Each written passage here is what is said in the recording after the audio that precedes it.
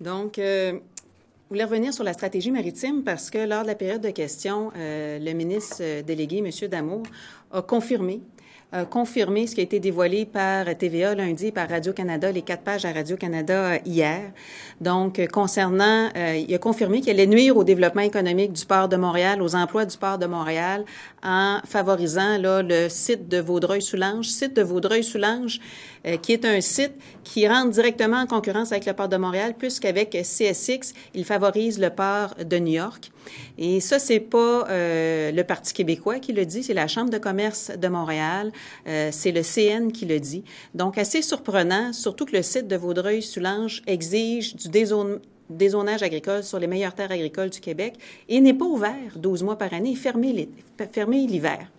Donc, première chose. Deuxième chose, le ministre délégué nous a confirmé également que la stratégie maritime visait à augmenter l'activité maritime, donc particulièrement le transport du pétrole des sables bitumineux avec les investissements qu'ils font pour le centre d'expertise aux Îles-de-la-Madeleine et les différents plans d'urgence pour les municipalités. Donc, je pense que ça, c'est extrêmement inquiétant de voir la volonté du gouvernement libéral d'appuyer le gouvernement Harper dans l'exportation des sables bitumineux à travers le Saint-Laurent. Et c'est dangereux parce que des déversements et des accidents, il y en a. Il nous a confirmé également qu'il souhaitait faire des investissements dans les différents ports sans entente avec le gouvernement fédéral, alors qu'on sait que ces infrastructures-là sont des infrastructures fédérales, donc des investissements dans des infrastructures qui ne lui appartiennent pas et des investissements qui seront faites sans entente. Donc, on voit très bien, et finalement, le dernier point, qui est celui de la protection des zones maritimes, ben, on voit que dans ce qui a été dévoilé, c'est un recul. Ça avait été promis pour 2015, c'est un recul en 2020, donc au calendrier grec. Donc, on voit très bien que dans cette stratégie maritime-là, c'est une stratégie maritime qui est, dans sa forme actuelle, qui est boiteuse parce que il lui manque une jambe, donc une jambe qui est au fédéral et une jambe qui est au provincial. Donc, c'est assez clair que pour avoir une stratégie maritime qui est complète, qui est efficace, qui est cohérente, bien, il faut que le Québec soit indépendant.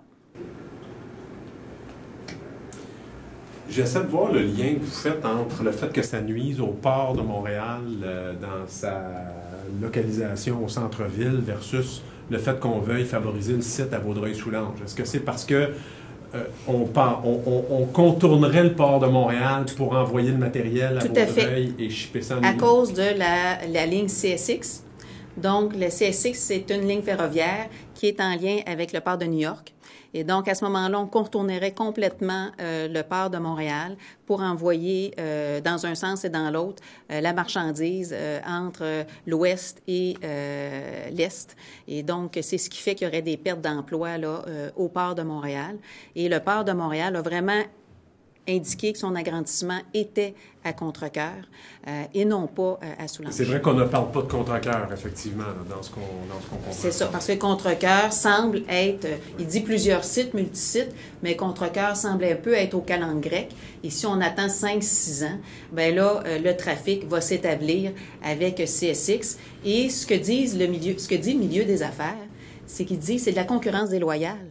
Parce qu'à coup de subvention du gouvernement pour le site de Vaudreuil-Soulanges, ben ils vont favoriser la ligne ferroviaire CSX et le port de New York au détriment du port de Montréal et du CN. Et donc, à coup de subvention, on va délocaliser du transport vers les États-Unis et donc des pertes d'emplois là, concernant le transport au Québec. Vous ne pensez pas qu'on peut faire les deux? Qu'on puisse justement contribuer au développement du port de Montréal tout en favorisant le développement de ce pôle-là à l'ouest de Montréal? Ben non, parce que tout ce qui va transiter par ce pôle-là va transiter par le port de New York et c'est autant de pertes d'activité au port de Montréal. C'est de la concurrence, c'est pas de la complémentarité, c'est de la concurrence. Et à coût de subventions de dizaines, voire de centaines de millions de dollars. Est-ce que vous attendez à des sorties des autorités du port là-dessus, d'autres sorties? Bien, écoutez, moi, j'ai rencontré le milieu. Il y avait une conférence là sur la stratégie maritime.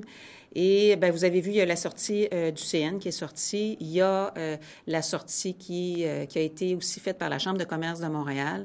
Je sais que le port de Montréal, ils souhaitent avoir des sorties plus positives, fait qu'ils se disent il faut qu'il y ait contre-cœur, mais ils sont très prudents parce qu'ils sont dépendants de décisions tant du gouvernement fédéral que du gouvernement du Québec. Donc, je pense qu'ils utilisent la prudence jusqu'à date, mais c'est assez clair dans leur déclaration lorsqu'ils disent qu'eux autres, leurs activités seront au port de Contrecœur, parce que là, ils ont besoin d'agrandissements et des agrandissements, ils ont accéléré les agrandissements au port de Contrecœur. C'est assez clair, là. C'est sous-entendu, mais c'est assez clair. OK, mais c'est des grands garçons quand même, les gens du port de Montréal. Ils sont pesants à Montréal. Vous leur poserez la question et ça sera à eux de vous donner la réponse. Moi, je vous en dis ce que j'en ai reçu. Bien, merci.